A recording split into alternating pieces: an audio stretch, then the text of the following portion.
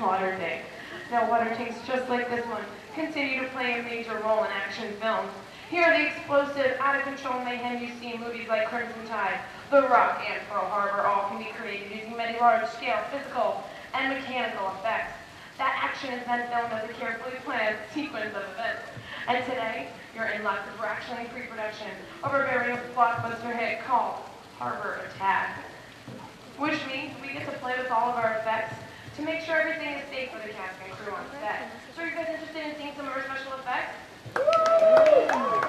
Alright, we will show you some. The first ones we have for you are water cannons. Pressurized up to 100 pounds per square inch. We also have some bullet hits, which must be programmed in time to match the continuity of the visuals, and eventually the pattern of our sound effects. And the last and probably most important physical effect in a scene like this is fire, which must be ignited at a precise moment.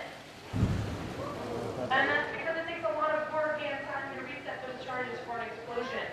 But of course, the number one consideration in the timing of all of these effects is always the safety who's on set, which is why Adrian and I are not here today.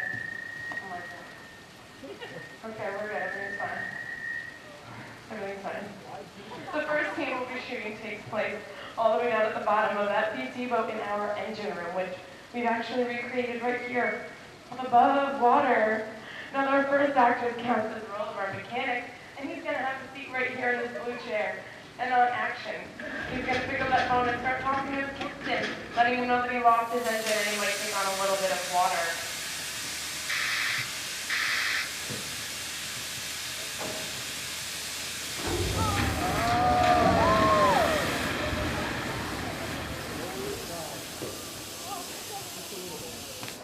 And of course, by a little bit, we actually mean about 1,000 gallons of ice cold water.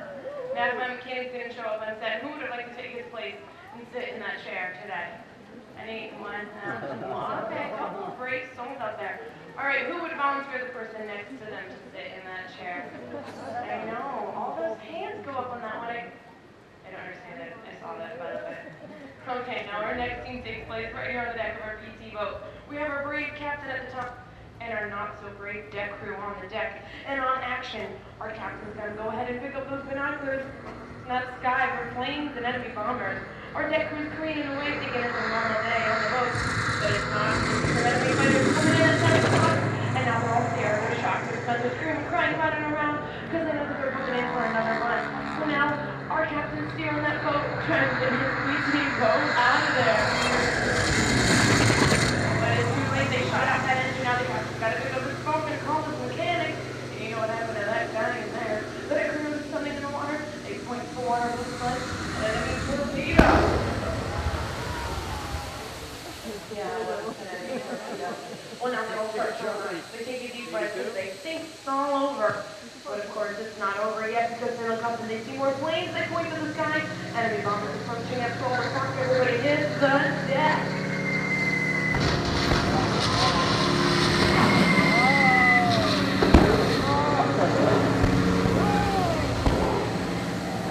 And don't worry, they all survived that aerial attack.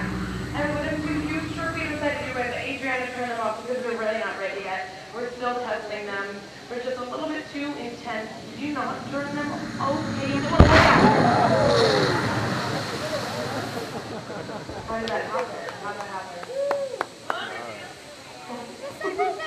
Okay, so how'd you guys like your effects so far?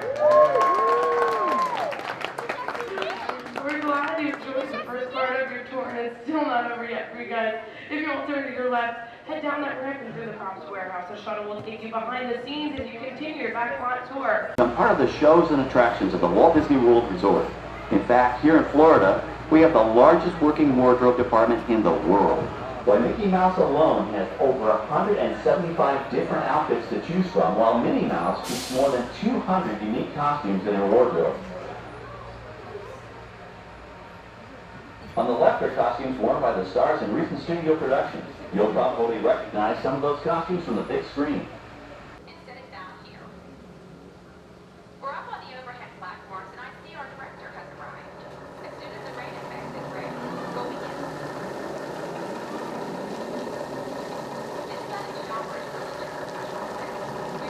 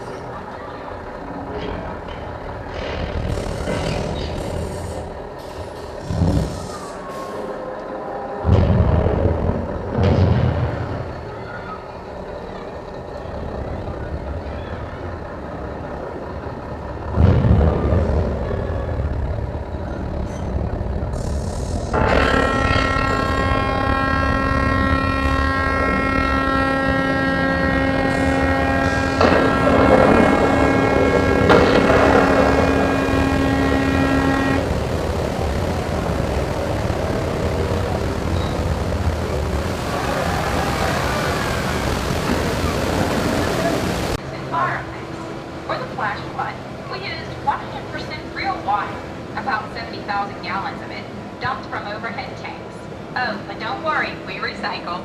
All of that water will be pumped right back up to the top for the next tank.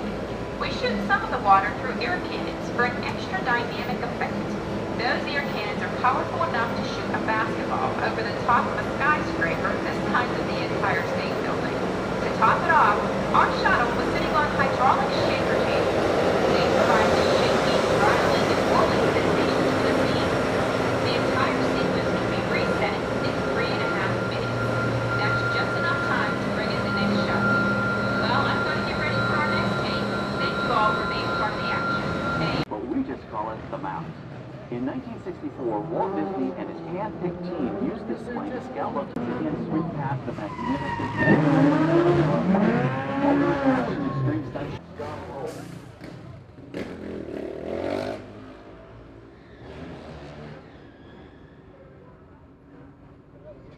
On our right, we now have a very different view of the fishing field. Depending on the choice of vehicles, props, and costumes, we can even turn back the clock and set our stories in a different time. And what's more, these sets are built with Florida weather in mind. They're made to withstand 100-mile-an-hour winds. You're welcome to visit our Streets of America anytime during your visit today and get an up-close look at the skills of our set designers and